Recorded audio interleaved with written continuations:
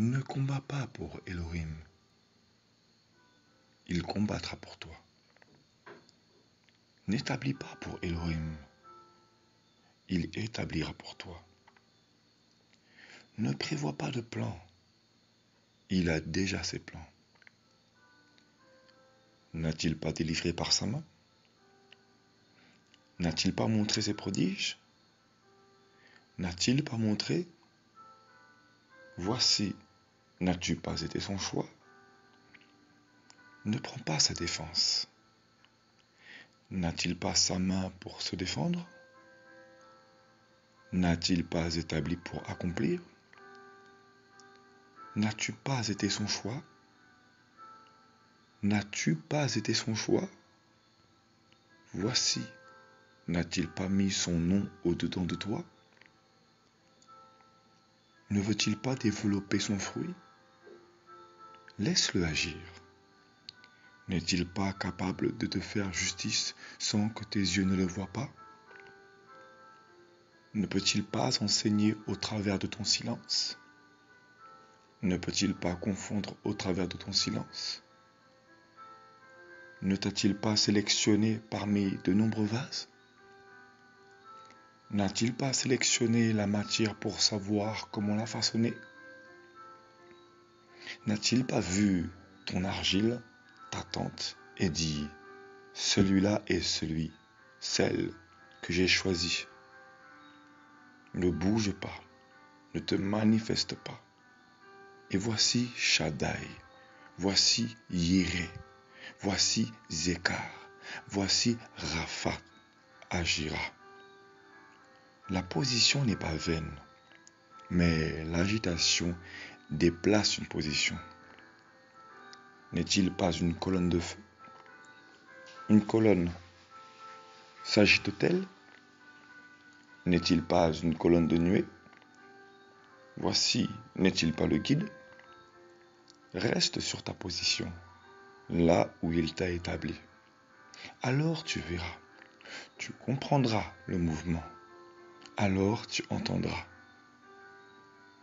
Il est doux, il prend du temps, il prend son temps. Aussi, il s'adapte à l'homme, car il ne veut pas le bousculer.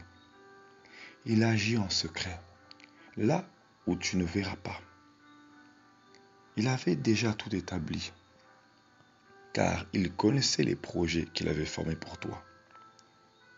Mais il connaît également les projets de ton cœur.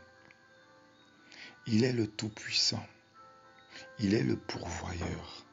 Il est le Elle qui se souvient. Il est le Elle qui guérit. Si tu vois, c'est par sa grâce. Si tu comprends, c'est par grâce. C'est parce qu'il t'a choisi pour voir.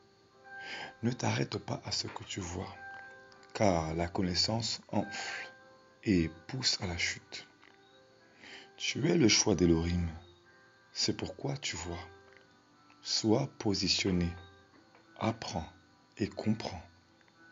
Si tu es le choix d'Elohim, alors il agira de manière à t'apprendre. Qui te comprendra? De nombreux mystères ne sont révélés qu'à des personnes qui sont le choix d'Elohim. Un vent ne se voit pas. Si donc tu es semblable à un vent, le Père te cachera, on ne te verra pas, mais nombreux sauront qui tu es. Un vent passe, on le ressent. Yehoshua passa comme un vent. Son objectif ne fut pas d'amener tout le monde à la vérité, car le monde aime le mensonge, mais d'effectuer sa mission. Aujourd'hui, il nous enseigne et nous ne le voyons pas. Il est une voix, il est un vent, il est le témoignage. L'objectif d'un homme n'est pas d'être vu, d'amener les âmes au ciel, d'amener tout le monde à la vérité, d'accomplir les prophéties proclamées sur nos vies. Sinon, nous nous écartons de l'essentiel. Sinon, l'évangile devient alors un concours. Bien qu'il soit une course pour recevoir la couronne de vie, l'objectif de la course est de garder le souffle précieux de Yahweh, le souffle de la délivrance, le souffle du Père qui fait de nous des fils, des filles, princes, princesses, par nature divine, héritiers, héritières. L'objectif de la course est de garder ce souffle de l'esprit. Tu es le choix d'Elohim Yahweh. Son but est de te conserver.